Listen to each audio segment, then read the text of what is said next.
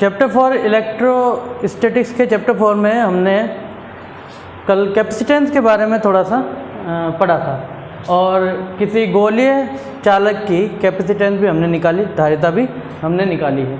तो अगर किसी गोलीय चालक की धारिता निकालता जो कि विलगित है, मतलब किसी और के टच में नहीं है, किसी और चालक के टच में नहीं है, विलगित है, तो उसकी चालक की धारिता हमारे पास में आई थी C = 4πε0r। ठीक है। अब अगर यह चालक किसी माध्यम में पर रखा हो तो उस कंडीशन में इसकी धारिता पर क्या फर्क पड़ेगा। तो ये तो हमारे पास में हम मान लेते हैं कि निर्वात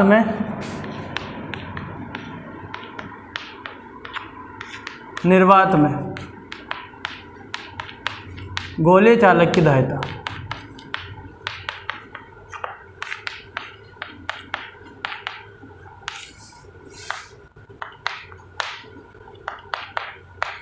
निर्वात में गोलीय चालक की धारिता C0 = 4πε0r होती है। और अगर मैं माध्यम में इसको रखूं तो माध्यम में इसकी वैल्यू हमारे पास में हो जाएगी Cm = 4πε0εr × r। ठीक है। क्यों? क्योंकि हम यहाँ पर एक वैल्यू रखेंगे एप्सिलॉन। जो एप्सिलॉन क्या होता है, जहाँ एप्सिलॉन माध्यम की विद्युतशीलता है।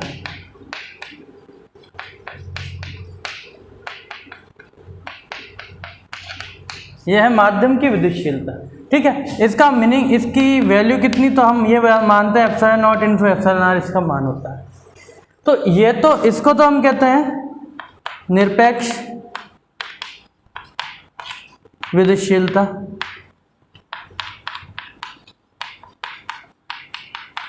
ठीक है। और इसे हम कहते हैं निर्वात की विद्युतशीलता। और ये जो εr है इसे कहते हैं हम अपेक्षित विद्युतशीलता।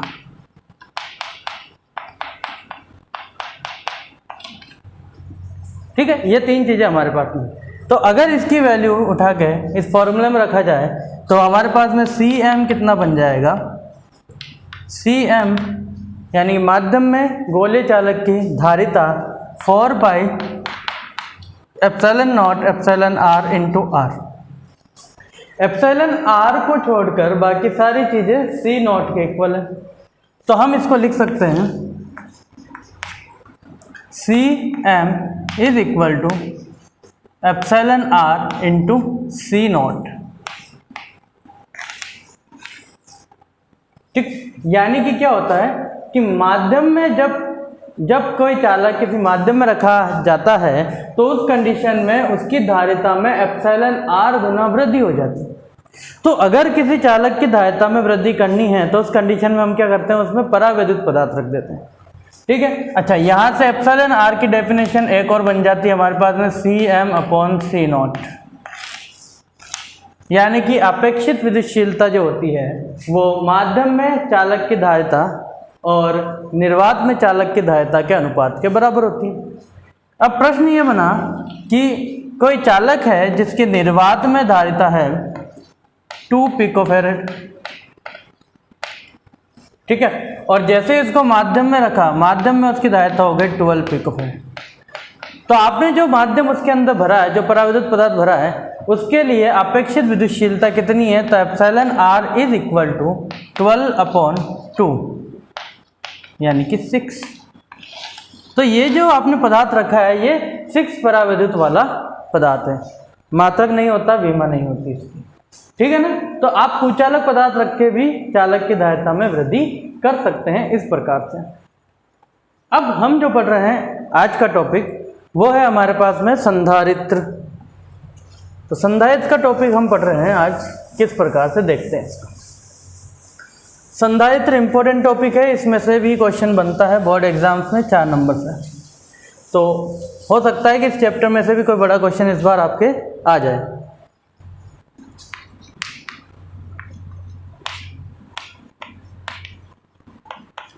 संधारित्र कैपेसिटर है,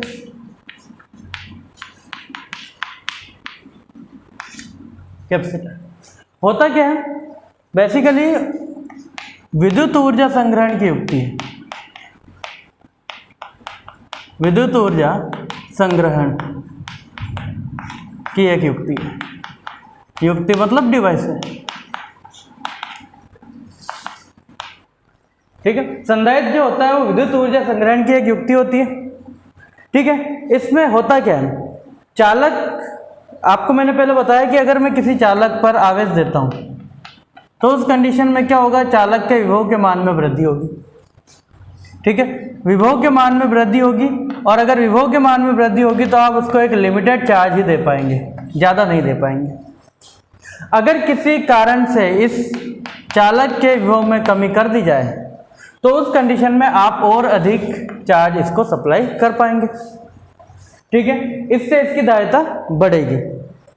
तो संधारित्र में क्या होता है कि संधारित्र में हमारे पास में संधारित्र की डेफिनेशन ये है कि किसी चालक के आकार को बढ़ाए बिना, किसी चालक के आकार को बढ़ाए बिना उसके विभव के मान में कमी करके धारिता को बढ़ाया जाता है। संधारित्र की डेफिनेशन, संधारित्र एक ऐसी युक्ति है जिसमें चालक के आकार को बढ़ाए बिना विभव के मान में कमी करके धारिता को बढ़ाया जाता है, वह संधारित्र कहलाता है। तो हमारे पास में संधारित्र में दो प्लेटें होती हैं, उन दोनों प्लेटों को एक विद्युत क्षेत्र से जोड़ा जाता है।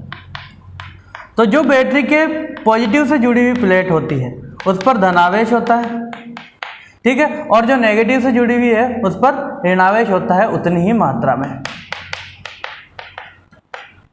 बराबर मात्रा में। अगर यहाँ पर आपके हाथ में प्लस क्यू चार्ज है तो यहाँ पर माइनस क्यू चार्ज होगा, और इनका जो टोटल होगा वो plus Q minus Q is equal to 0। यानी कि टोटल आवेश जो संधारित्र पर होता है वो तो 0 होता है, शून्य होता है। लेकिन हम जब आवेश की बात करते हैं कि संधारित्र की प्लेट पर इतना आवेश है तो हम उसके किसी एक प्लेट पर आवेश की बात करते हैं, ठीक है, जो आवेश दिया जाता है। जैसे सपोज कीजिए कि इस संधारित्र पर आवेश है आपके हाथ में 360 माइक्रोकूलम।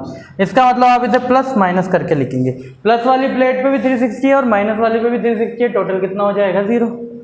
तो ये संधारित्र हमारे पास में, इस तरीके से हम इसको डिफाइन कर सकते हैं। अब संधारित्र की धारिता जो है वो कुछ चीज़ों पर डिपेंड करती है। पहला आकार, आकृति, उसके भीतर माध्यम कितना रखा आपने, और प्लेटों के बीच दूरी।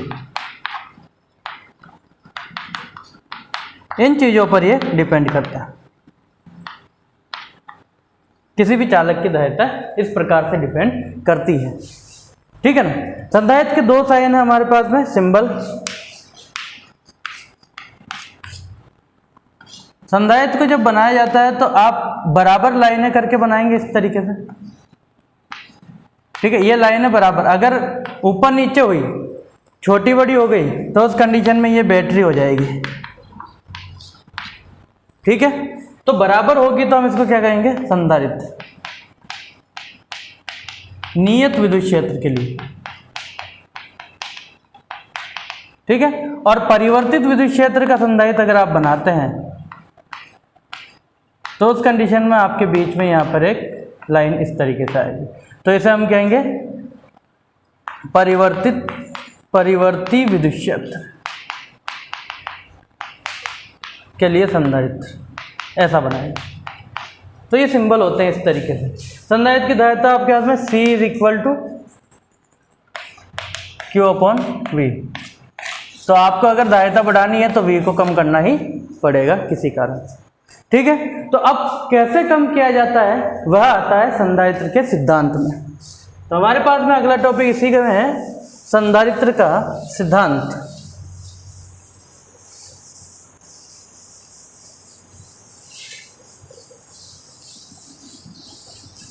संधारित्र का सिद्धांत क्या कहता है,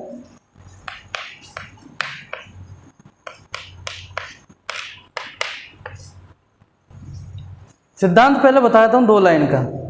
यह कहता है कि यदि किसी आवेशित चालक के नजदीक कोई भू संपर्कित चालक लाए तो उस कंडीशन में उस आवेशित चालक के विभव के मान में कमी होगी और उसकी धारिता बढ़ जाएगी। यह सिद्धांत है, जब किसी आवेशित चालक के नज़दीक कोई भूसंपर्कित चालक लाया जाता है तो उस स्थिति में उस आवेशित चालक के विभव के मान में कमी होती है और उसकी धारिता बढ़ जाती है। अब कैसे बढ़ती है वो देखेंगे, ठीक है। तो इसके लिए 3 डायग्राम है आपके अंदर। पहला डायग्राम, इस डायग्राम में हमने एक प्लेट ली A और उस प्लेट को चार्ज दिया, तो इस प्लेट पर हमारे पास में सिर्फ क्या होगा, धनावेश होगा। हमने इसको कुछ चार्ज दिया, लिमिटेड चार्ज दे दिया Q। अब इससे अधिक हम इसको चार्ज दे नहीं पा रहे हैं, क्यों? क्योंकि इसके पास में चार्ज अब बहुत अधिक हो गया और प्रतिकर्षण बल का मान बहुत ज़्यादा हो गया, जिससे क्या हुआ कि विभव के मान में वृद्धि हो गई। अब विभव चाहता है कि आप और चार्ज ना दें। हम क्या कर रहे हैं, विभव के मान में कमी कर रहे हैं। क्या करें? तो इस सेकंड डायग्राम में देखिए, ये जो प्लेट आपके पास में है, इस पर आपके पास में चार्ज है प्लस A प्लेट पे। हमने क्या किया, इसके नज़दीक एक दूसरी प्लेट रखी, तो दूसरी प्लेट जो रखी उस पर प्रेरण के कारण उतनी ही मात्रा में क्या हुआ, ऋणावेश आ गया। अब हो क्या रहा, हमने क्या किया, दोनों प्लेटों को विद्युत क्षेत्र से जोड़ा, एक प्लस से जुड़ी हुई एक माइनस से। जो प्लस से जुड़ी है वो इलेक्ट्रॉन का त्याग कर रही है और जो माइनस से जुड़ी है वो इलेक्ट्रॉन ग्रहण कर रही है। तो कुल मिला के आवेशों का क्या हो रहा है, ट्रांसफर हो रहा है, ठीक है। अब यहां पर माइनस आ गया, ठीक है। ये माइनस क्या कर रहा है, इस A प्लेट के विभव के मान में कमी कर रहा है। ये वाला माइनस इस A वाली प्लेट के विभव के मान में कमी कर रहा है, तो आप इसको और अधिक आवेश दे सकते हैं। परंतु यहां पे जब माइनस आता है तो इसके दूसरी ओर प्लस बनता है, जो विभव के मान में वापस वृद्धि कर देता है। तो मुश्किल क्या है कि ये जो प्लस है, इस वाले प्लस को हटाना है। तो हमें याद है कि हम जब भूत संपर्कित पढ़ा था हमने किसी टॉपिक में, तो इसमें यह कहा गया है कि अगर आपके पास में प्लस चार्ज है तो इलेक्ट्रॉन ग्रहण किए जाएंगे धरती से, पृथ्वी से, और अगर माइनस है तो इलेक्ट्रॉन धरती को ट्रांसफर किए जाएंगे। दोनों ही कंडीशन हो सकती है। तो हमने क्या किया है कि प्लस वाले को भूत संपर्कित कर दिया।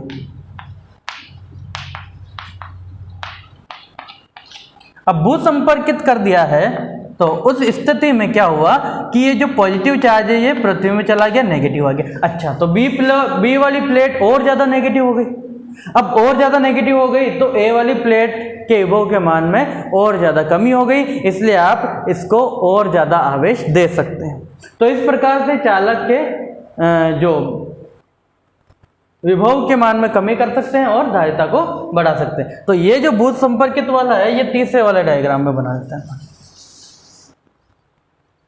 तो जब भूत संपर्कित किया जाता है तो थर्ड डायग्राम क्या कहता है आपका कि प्लस यहाँ पर है, माइनस यहाँ, और ये जो प्लस था ये भूत संपर्कित होने के कारण हट गया है, ठीक। इस पर पृष्ठीय आवेश घनत्व सिग्मा, इस पर पृष्ठीय आवेश घनत्व माइनस सिग्मा। कब? जब आकार इनका समान हो प्लेटों, जो कि होगा क्योंकि हमने बराबर लाइनों से इसको बताया, ठीक है। तो हम कैपेसिटर का सिद्धांत पढ़ रहे थे जो ये कहता है कि जब किसी आवेशित चालक के नज़दीक कोई भूत संपर्कित चालक रखा जाता है तो उस स्थिति में चालक के विभव के मान में कमी होती है और उसकी धारिता बढ़ जाती है। यही संधारित्र का सिद्धांत है। अब ये किस चीज़ों पर डिपेंड कर रहा है? तो प्लेटों के आकार व आकृति, अभी बताया था, आकार व आकृति, माध्यम जो इनके बीच में रखा जाएगा, यहाँ कुछ माध्यम भरेंगे हम, है ना। अभी क्या है, फिलहाल हमारे पास में वायु है माध्यम के रूप में, ठीक है। दूरी, प्लेटों के बीच दूरी,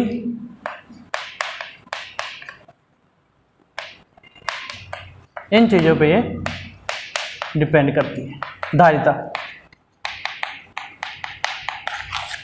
ठीक है, इन चीज़ों पे डिपेंड करती है। तो ये संधारित्र का सिद्धांत है हमारे पास में, सिंपल। अब इनके आकार और आकृति के अनुसार ये 3 प्रकार के हो सकते हैं। तो पहला तो आपके पास में समांतर प्लेट संधारित्र होता है, जो हम पढ़ेंगे, समांतर प्लेट संधारित्र, ठीक है।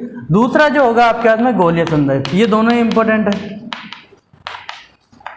ये दोनों में से एक पूछा जाता है। और तीसरा नहीं पूछा जाता है, वो कौन सा? बेलनाकार।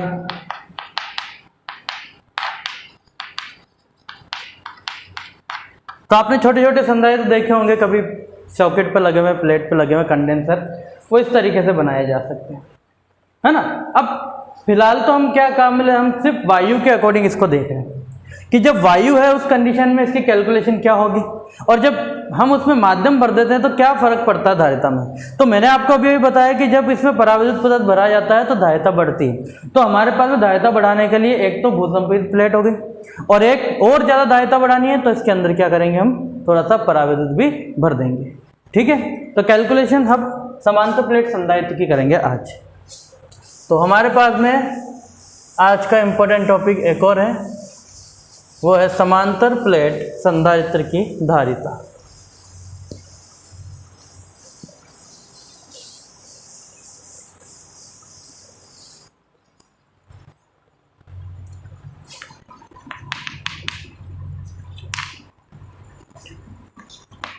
समांतर प्लेट संधारित्र की धारिता।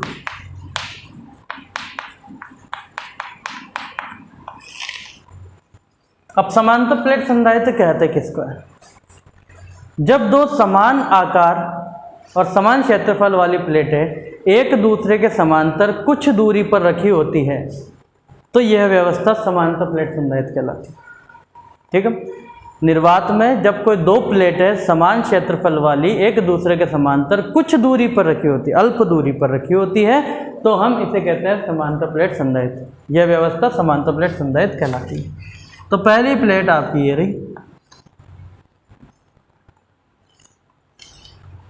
दूसरी प्लेट ये रही। ठीक है, पहली प्लेट को हमने चार्ज दिया है प्लस क्यू, तो उतना ही चार्ज विपरीत प्रकृति का यहाँ आ जाएगा।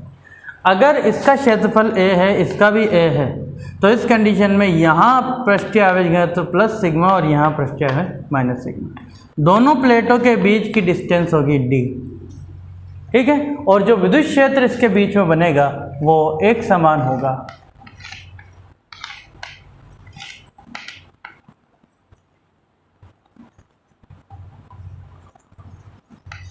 एक समान विद्युत क्षेत्र।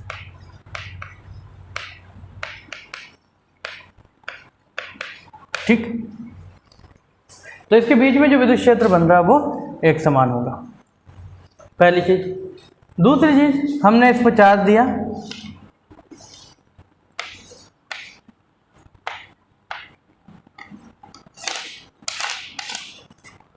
प्लस क्यू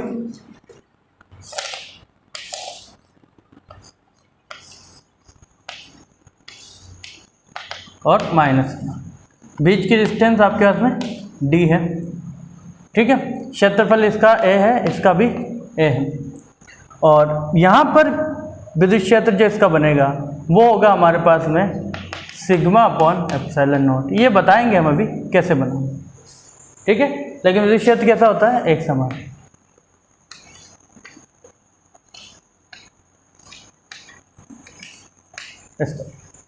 तो एक समान विद्युत क्षेत्र इसके भीतर बनता है। तीसरा डायग्राम आपको जो समझा रहा हूं मैं वो उपांत प्रभाव के लिए काम आएगा।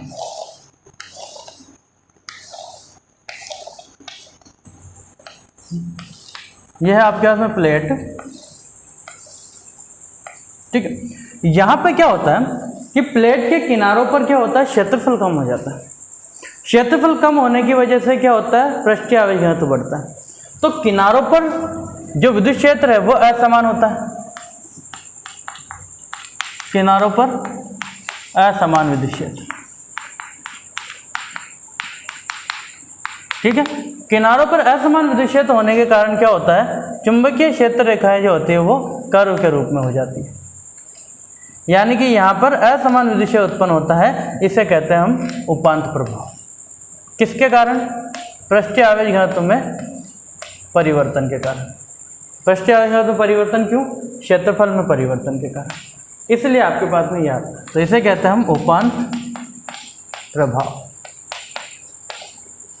ठीक है, अब समांतर प्लेट संधारित्र आपको समझ में आ रहा है थोड़ा थोड़ा कि दो प्लेट है जिनका क्षेत्रफल समान है, निर्वात में एक दूसरे से बहुत नज़दीक रखी होती है ना। तो इस व्यवस्था को हम समांतर प्लेट संधारित्र कहते हैं। अब हमें क्या करना है, इसकी कैलकुलेशन करके इसकी धारिता निकालनी है।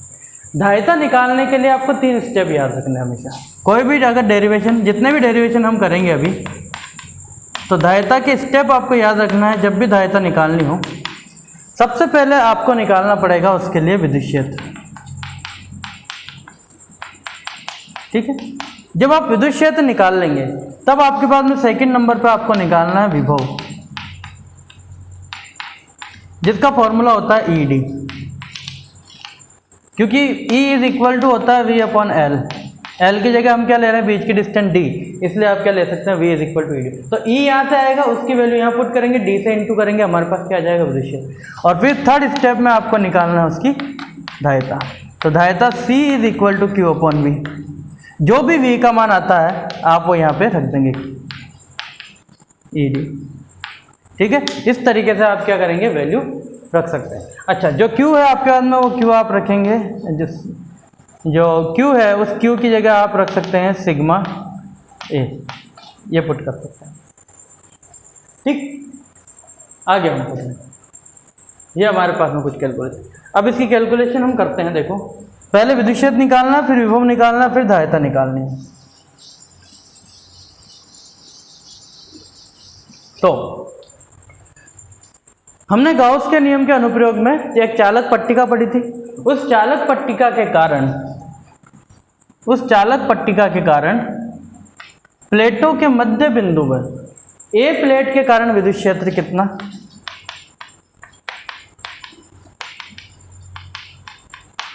ए प्लेट के कारण विद्युत क्षेत्र सिग्मा अपॉन 2 एप्सिलॉन नॉट। चालक पट्टिका के कारण सिग्मा अपॉन 2 एप्सिलॉन नॉट। ठीक, आ गया। बी प्लेट के कारण कितना, वो भी सिग्मा अपॉन 2 एप्सिलॉन नॉट।